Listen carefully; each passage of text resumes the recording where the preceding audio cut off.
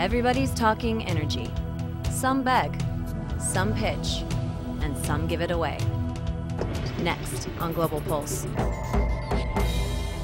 A comparison of how broadcasters worldwide are covering this story. According to ABC News, President Bush had a hard time negotiating with Saudi Arabia in January. In Riyadh today, the president danced a traditional sword dance with a Saudi royal prince, all part of Mr. Bush's three-day visit here, aimed at repairing strained relations between the world's biggest oil producer and the world's biggest oil consumer. I will say to him that if it's possible, Your Majesty, consider what high prices is doing to one of your largest customers. We know how that turned out. Oil prices have skyrocketed since then. Natural gas prices have also risen, but by much less. This may be one reason why Iran's pitch to bypass UN sanctions is so appealing, as the BBC, Iran's Al-Alam, and Press TV reported. The UN Security Council passed a third round of sanctions against Iran for its nuclear program, but realities on the ground show something different, that other countries do not want to cut business ties with Tehran. Iran and Switzerland have signed a major long-term deal for Iran to supply gas to Europe. The Iranian President Mahmoud Ahmadinejad is expected soon to begin talks in India about a proposed $7.5 billion pipeline to transport gas to Pakistan and India. Cooperation over the project has the potential to bring India, Pakistan and Iran closer together. The natural gas pipeline project that connects Iran and India through Pakistan, also known as the Peace Line, was at the center of Ahmadinejad's visit to India. According to Latino America Noticias and France's TV 5, Venezuela is using their energy as a diplomatic carrot in Latin America and the Caribbean.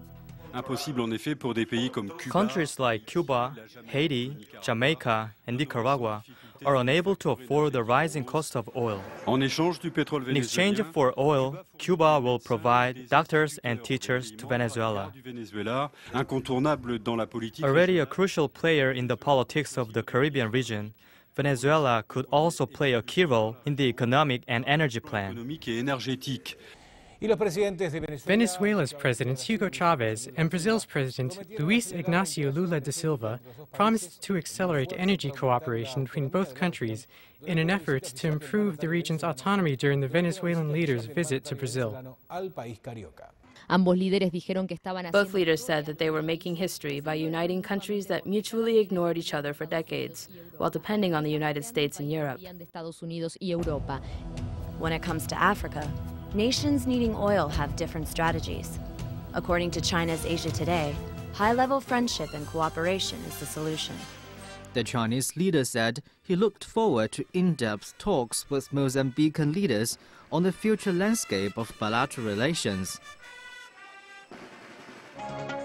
South Asian Newsline covered a conference in New Delhi, where India offered a great trade deal to African nations for their oil.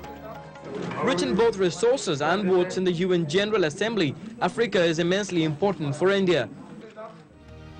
And as Al Jazeera English reported, the U.S. has offered the incentive of military support.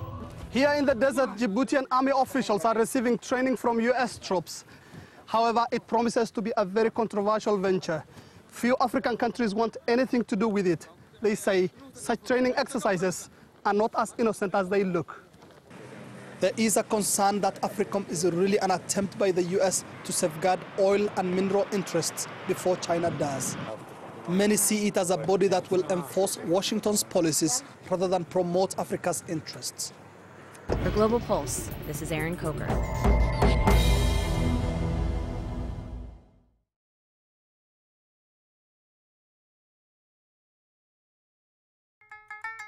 This program is brought to you by Link TV for educational and non-commercial use only.